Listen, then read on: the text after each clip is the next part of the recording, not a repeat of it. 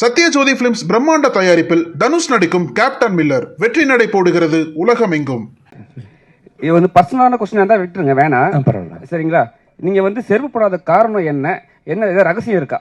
இல்லை, அப்படி ஒன்றும் இல்லை. திடீர்னு மனசுக்கு தோணுச்சு. இதையும் பெருசாக யோசிக்கிறது இல்லை. திடீர்னு ஒரு நாள் ஸ்டாப் பண்ணின்னு தோணுச்சு, ஸ்டாப் பண்ணிட்டேன். திடீர்னு ஆரம்பிக்கணும்னா ஆரம்பிச்சிடறேன், அவ்வளோதான். இப்போ ஒரு விஷயம் சொன்னீங்க, ஈரணிகிட்ட வந்து பேசும்போது ஒரு வேவ் லைன் ஒர்க் ஆகலைன்னு சொல்லிட்டு அவங்க கம்யூனிகேஷனுக்காக நீங்கள் விட்டீங்க. மற்ற ஹீரோயின்லாம் எப்படி சார்? தம்பி, என்னது சொல்கிறது, நான் பண்ணுற படங்கள்லாம் சீரியஸான படங்கள்ன்றதுனால நமக்கு வந்து ரொமான்டிக்கான போர்ஷன்ஸ் நிறைய படத்தில் வர்றதில்லை. பெரிய இலக்கு ஒன்று சூஸ் பண்ணிட்டு அதை சால்வ் பண்ணுற நோக்கத்தில் எல்லா கதைகளுமே அமையுதுன்றதுனால இந்த படத்துலையும் பார்த்தீங்கன்னா டேரக்டர் வந்து பெரிய ரெஸ்பான்சிபிலிட்டி கொடுத்துறாரு. எல்லா படமே கொஞ்சம் ஆக்ஷன் மோட்லேயும் சீரியஸாக ஹீரோ இருக்க வேண்டிய சூழ்நிலை.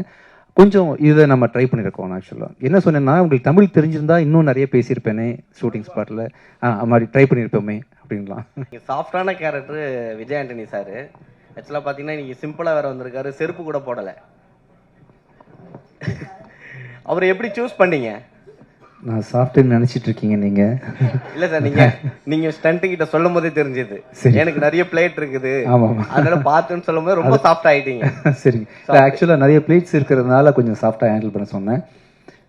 நம்ம சாஃப்டாக ஆடா தெரியல, நீங்களே நம்மளே சொல்லக்கூடாது. ஹீரோயின்கிட்ட கேட்கலாம், what you think about me? am I soft? You have to see the movie to see more shades of sir. I also got shocked. படத்தை பார்த்தா என்னோட முரட்டு குணம் வெளியே தெரியும். டைரக்டர் இன்னும் சொல்லவே இல்லையே உங்களை பற்றி? இல்லை, நான் விஜயானி சாரை சூஸ் பண்ணல, விஜயானி சார் தான் என்ன சூஸ் பண்ணாரு. ஒரு படம் பண்ணுவாங்கன்னு கூப்பிட்டாரு.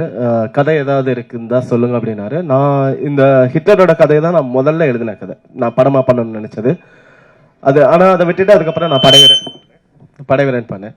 ஸோ இந்த கதை சாருக்கு சரியாக இருக்கும்னு நான் நம்பினேன். ஸோ நான் போய் சொன்னேன், அவருக்கும் பிடிச்சிருந்தது. அப்படி தொடங்கப்பட்டது.